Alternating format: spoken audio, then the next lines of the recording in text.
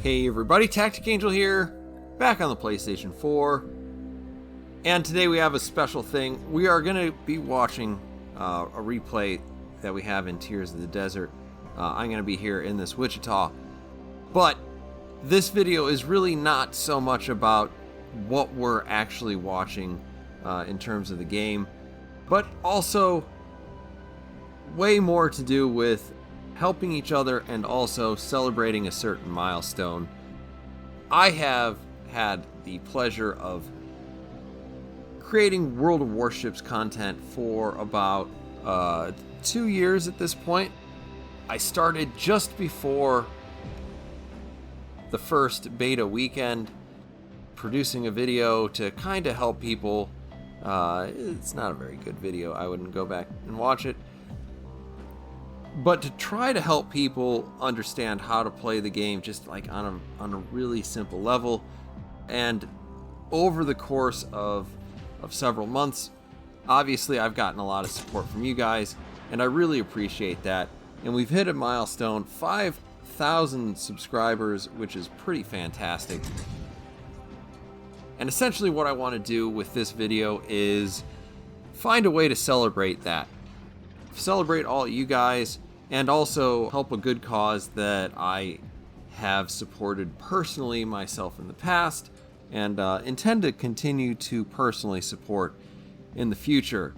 So what we have here, and I really do feel bad about this because I had hoped that this would coincide perfectly with Veterans Day, but between a certain video doing way too well and then me kind of pulling back a little bit, along with some not exactly well received content, we kind of slowed down a little bit there, and so we're a couple months behind where I wanted to be. But what I wanted to do is come out with a 5,000 subscriber stream.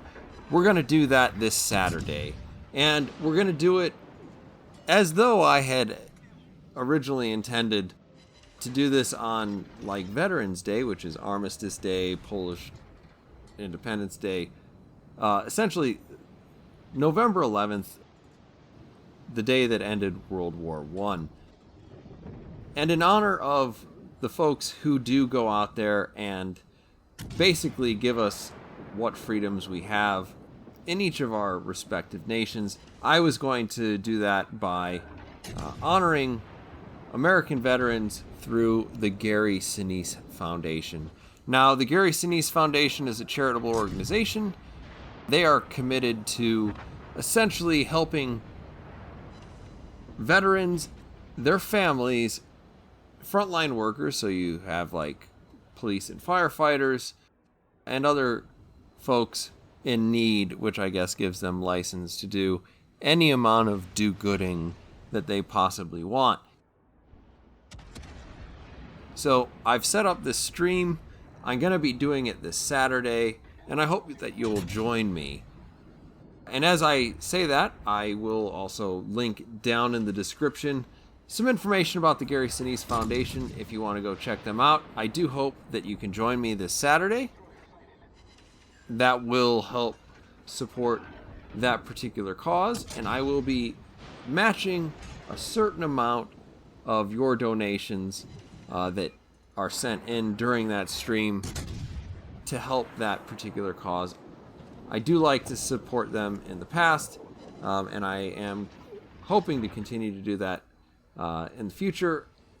If we reach the upper limits of what I'm going to pledge this weekend, then that'll be one of the larger contributions, actually very easily the largest contribution that I would make to this foundation so far. And man, we're already like 5 minutes into this game, and I haven't talked a bit about what I'm doing. I'm going to have some additional information at the end, but I'm going to talk a little bit about, I'm playing here a Wichita. I'm going to go ahead and pop my commander up on the screen. This is kind of my standard heavy cruiser build right now as it pertains to American ships. what we're doing here is mostly trying to exploit a maximum amount of survivability. This might be because people, as an acknowledgement of knowing who I am and appreciating my content, tend to try to make my life terrible by murdering me. And I appreciate it. I thank you all who recognize me out there, but I'm trying to have fun, same as anybody else. That's part of the reason I like to play with survivability, but the other reason for this particular build is essentially I really do enjoy my turrets running around like they've got gallons of WD-40 beneath them. So that's actually the reason why you'll see my turrets whip around pretty quick, even for Wichita. My rudder shift is pretty good. Not anywhere near the best that you can get in a Wichita, but more than adequate for any reasonable build. So as you can see here, we did go up and we captured C. Capturing C has not worked all that terribly well because we kind of got a little bit overrun, and you can see with at least 4 ships over there, really 5, we're gonna go ahead and get out of there and kind of hope that we can do something meaningful on the other side of the map. Unfortunately, there we take a really big hit from this Richelieu. If you don't do a good job angling this ship, and if you don't do a good job waggling its aft towards the enemy, then, you know, you can end up getting punished pretty considerably. I'm just trying to get some more fires on that Richelieu in order to more or less get a lot of free damage at this point off of him. Unfortunately, RNG is not really cooperating, which is, it is what it is, honestly. This is kind of the curse of every person who's ever played World of Warships. And as you can see, our team is kind of a little bit crumbling. I'm not really sure who put this island here, but what 5,000 subscriber video wouldn't be complete without me running face first into a large landmass. It almost seems like it would be sacrilegious to not include such a thing. But yeah, we run into an island. This sort of stuff happens. It happens to the best of us. It happens probably a little bit more frequently to the worst of us. But it's something that all of us can understand. Islands are an indomitable force in World of Warships. Now, I've completely switched sides here. I was on the south side, now I'm on kind of the north side. We're trying to whittle down this Massachusetts because even if our battleship friend up there doesn't really want to live, we were hoping to kind of get his life down enough that we would force his survival. It didn't work, but such is life. And as we move towards A, you can see our turrets rotating nice and glossy like over towards the Jean Bart. And we're going to go ahead and put some relatively long-range artillery out on him. Obviously, if you're using a build like this, this is pretty much the best you can ask for when it comes to range. If you want to use a different build, obviously you can get a lot more out of your guns, at least in terms of range, and then see detectability obviously as well. But I tend to like to play this inside cruiser sort of thing where we just try not to get spotted too much and kind of engage the things that we want to engage. Take a little bit of damage there from the Richelieu. Not too bad, really. We've got 16,000 damage left.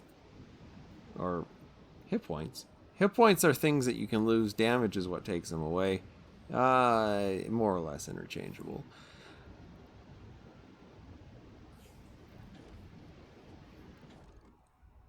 Now, for whatever reason, we have managed to luck out on the enemy on the other side of the map, because that capture point that we took earlier, we did manage to decap enough people that they didn't get it.